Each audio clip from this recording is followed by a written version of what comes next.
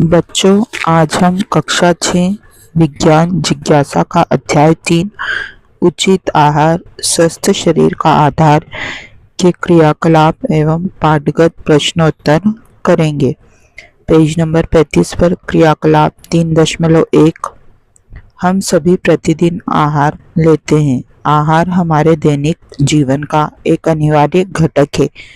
आपके द्वारा एक सप्ताह में प्रतिदिन खाए गए खाद्य पदार्थों के नाम को तालिका 3.1 में सूचीबद्ध कीजिए। तो तालिका 3.1 सप्ताह में खाए गए खाद्य पदार्थ। दिन खाद्य पदार्थ: सोमवार रोटी, तुअर दाल, काबुली चने टमाटर की सब्जी। मंगलवार पूरी, खीर, मूंगबड़ी व आलू टमाटर की सब्जी।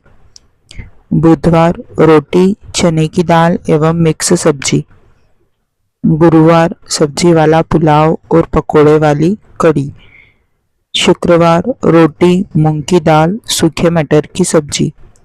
शनिवार पराठा, मिक्स दाल, हरी सब्जी। रविवार सैंडविच, पोहे, जलेबी, समोसे, पिज्जा। तालिका 3.1 में अंकित जानकारी के आधार पर अपने आहार के संबंध में आपको क्या विशेष बात ध्यान में आती है? तालिका 3.1 में अंकित जानकारी के आधार पर हमें अपने आहार के संबंध में यह बात ध्यान में आती है कि हम प्रतिदिन अलग अलग तरह का आहार खाते हैं। क्या आप प्रत्येक आहार में एक ही प्रकार का खाना खाते हैं या अलग अलग समय पर आपकी पसंद अलग अलग होती है? हम प्रत्येक आहार में एक ही प्रकार का खाना नहीं खाते हैं, अलग अलग समय पर हमारी पसंद अलग अलग होती है।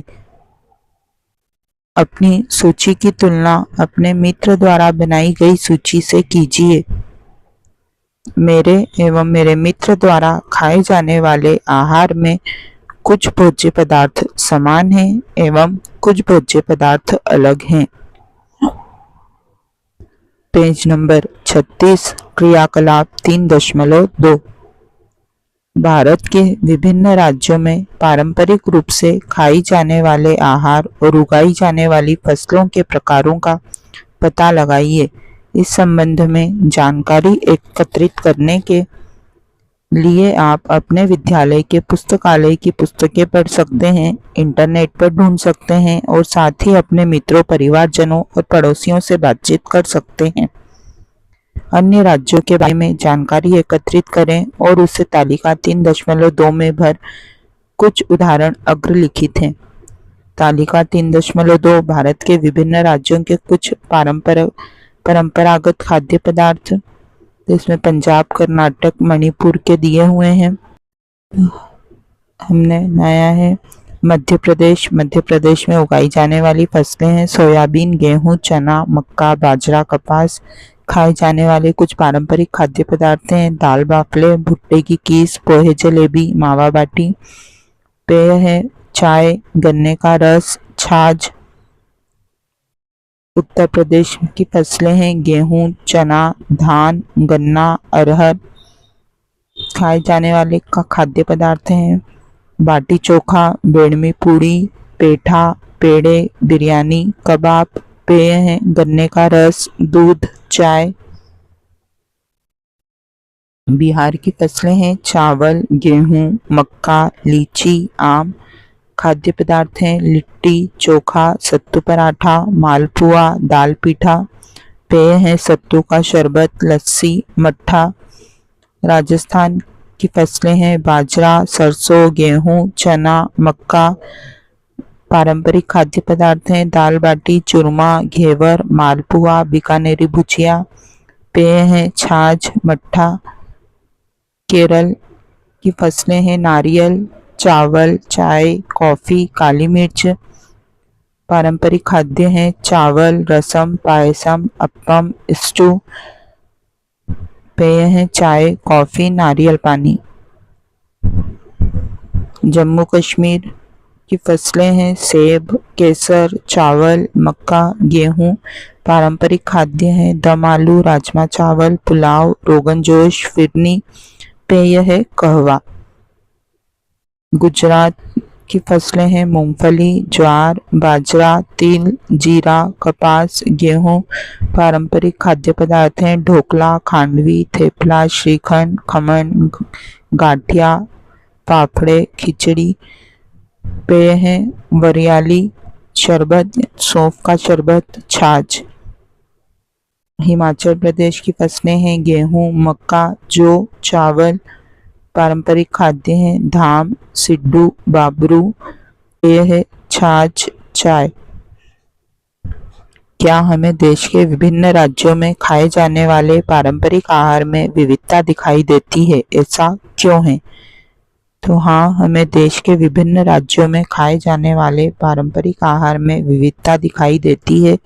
ऐसा स्थानीय स्तर पर उगाई जाने वाली फसलों एवं उस प्रदेश के स्थानीय वातावरण के कारण होता है।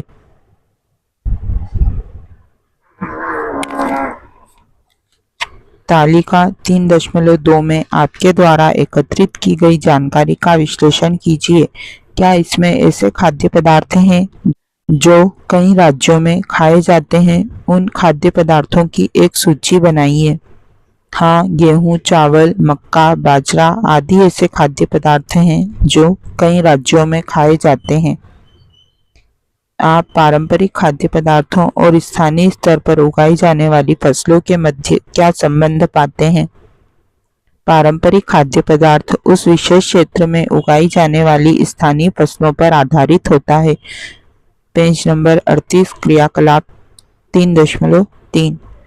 वयोवृद्ध जनों से उनके खान पान की आदतों और भोजन बनाने की पद्धतियों के बारे में जानकारी एकत्रित करने के लिए प्रश्नों की सूची तैयार कीजिए। नमूना हेतु कुछ प्रश्न निम्नलिखित हैं। तैयार किए गए प्रश्न। आपके समय खाना कौन बनाता था? तो हमारे समय हमारी दादी, मम्मी, चाची, महिलाएं आदि खाना बनाती थी। घर की बेटियां उनकी सहायता करती थी।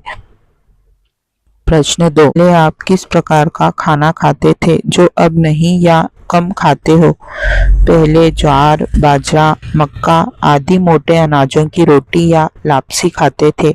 कोई मेहमान आता था तो उसके लिए गेहूं की रोटी बनाई जाती थी।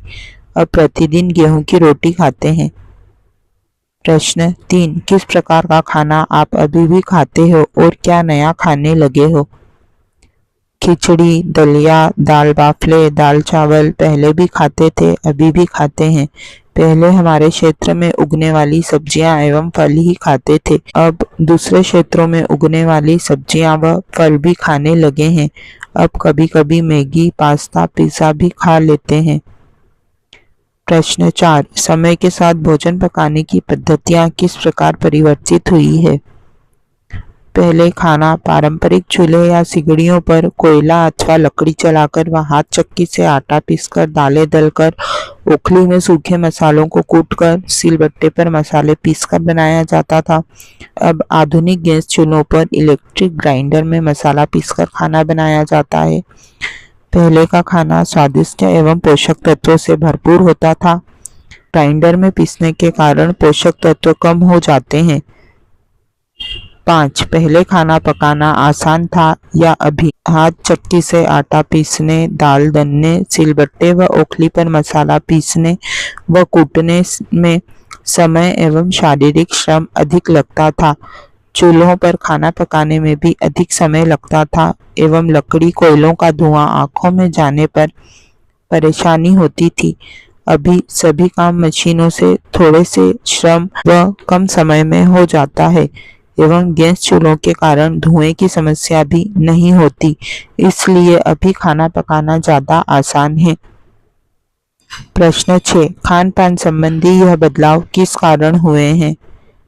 खान पान संबंधी यह बदलाव तकनीकी विकास, तीव्र एवं उन्नत परिवहन साधन एवं संचार साधनों के बेहतर होने के कारण हुए हैं। प्रश्न। भोजन के घटक क्या हैं? पेज नंबर 39 पे। तो भोजन के प्रमुख घटक कार्बोहाइड्रेट, वसा, प्रोटीन, विटामिन, खनिज लवण एवं आहारीय रेशे हैं। पेज नंबर 43 पे क्रियाकलाप 3.4 उक्त क्रियाकलाप सर्वेक्षण छात्र स्वयं अपने बड़ों एवं शिक्षकों के मार्गदर्शन में करें। पेज नंबर 47 प्रश्न, वे कौन से खाद्य स्रोत हैं जो हमारे शरीर को जल प्रदान करते हैं? उनमें से कुछ की एक सूची बनाइए। तो तरबूज, खरबूजा, संतरा, नींबू, खीरा, हरी पत्तेदार सब्जियां आदि खाद्य पदार्थ हैं जो हमारे शरीर को जल प्रदान करते हैं। क्रियाकलाप 3.5, 3.6 एवं 3.7 उक्त तीनों क्रियाकलापों के लिए निम्न तालिका का अध्ययन करें।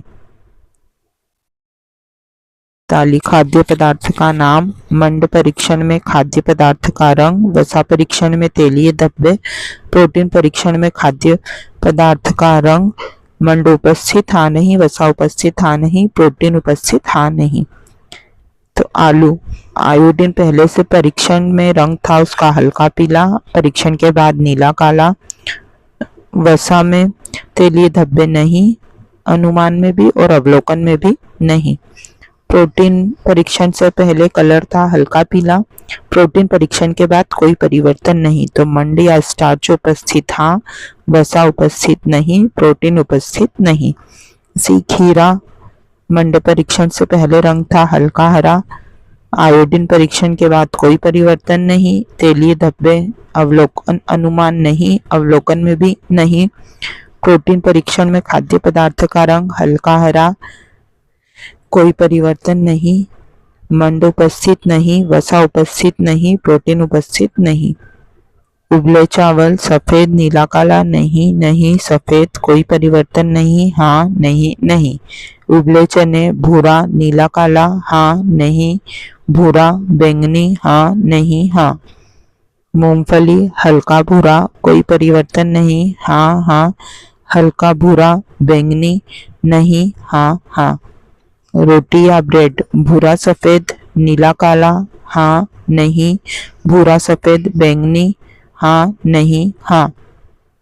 मक्खन, सफेद कोई परिवर्तन नहीं, हाँ हाँ, सफेद बैंगनी नहीं, हाँ हाँ।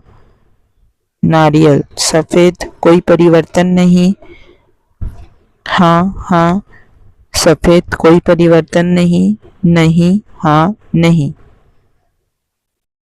पेज नंबर 51 क्रियाकलाप 3.8 आपने क्रियाकलाप 3.1 में एक सप्ताह में आपके द्वारा उपभोग किए गए खाद्य पदार्थों की एक तालिका तैयार की है।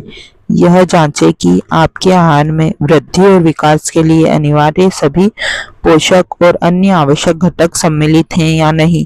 यदि नहीं तो जांचें कि कौन से पोषक तत्वों अथवा अन्य घटकों को इसमें सम्मिलित करने की आवश्यकता है। हमारे द्वारा एक सप्ताह में उपभोग किए गए खाद्य पदार्थों में वृद्धि और विकास के लिए अनिवार्य सभी पोषक तत्व सम्मिलित हैं, परंतु हम इसमें दूध, दही एवं ताजे फलों को और सम्मिलित करना चाहेंगे ताकि हमें जरूरी विटामिन एवं कैल्शियम भी पर्याप्त मात्रा में प्राप्त हो सके। पेज नंबर 51 क्रियाकलाप 3.8 नीचे दिखाए गए आलू के चिप्स और भुने हुए चने के पैकेट पर जो पोषण संबंधी जानकारी लिखी है उसे पढ़ें। आलू के चिप्स, भुने हुए चने, पोषण संबंधी जानकारी दी हुई है। तो आहार के पैकेट पर पोषण संबंधी जानकारी के आधार पर आप इनमें से कौन सा आहार चुनेंगे और क्यों? तो आहार के पैकेट पर पोषण संबंधी जानकारी के आधार पर हम भुने हुए चने का पैकेट चुनेंगे क्योंकि आलू के चिप्स के पैकेट में वसा की मात्रा अधिक है जो कि हमारे शरीर के लिए हानिकारक है। उसकी अपेक्षा भुने हुए चने से प्रोटीन एवं आहारीय रेशे की मात्रा अधिक प्राप्त होगी जो हमारे स्वास्थ्य की दृष्टि से लाभदायक है। पेज नंबर 54 स्थानीय भोजन खाने से किस प्रकार खाद्य मिल को कम किया जा सकता है? खेत से भोजन हमारी थाली तक पहुंचने की संपूर्ण प्रक्रिया खाद्य मिल कहलाती है। जब हम स्थानीय भोजन खाते हैं तो वह सीधे उत्पादक से हम तक पहुंचता है। इस कारण खाद्य मिल कम हो जाता है। खाद्य मिल कम होने से परिवहन लागत एवं प्रदूषण को कम करने में सहायता मिलती है और स्थानीय किसानों को के व्यवसाय को भी सहायता मिलती है और हमें अधिक ताजा और स्वास्थ्यवर्धक भोजन प्राप्त होता है। इसी के साथ हमारा अध्याय 3 यहीं समाप्त होता है। जल्दी ही हम अगले अध्याय के साथ पुनः मिलेंगे। तब तक के लिए वीडियो को लाइक और चैनल को सब्सक्राइब करना न भूलें।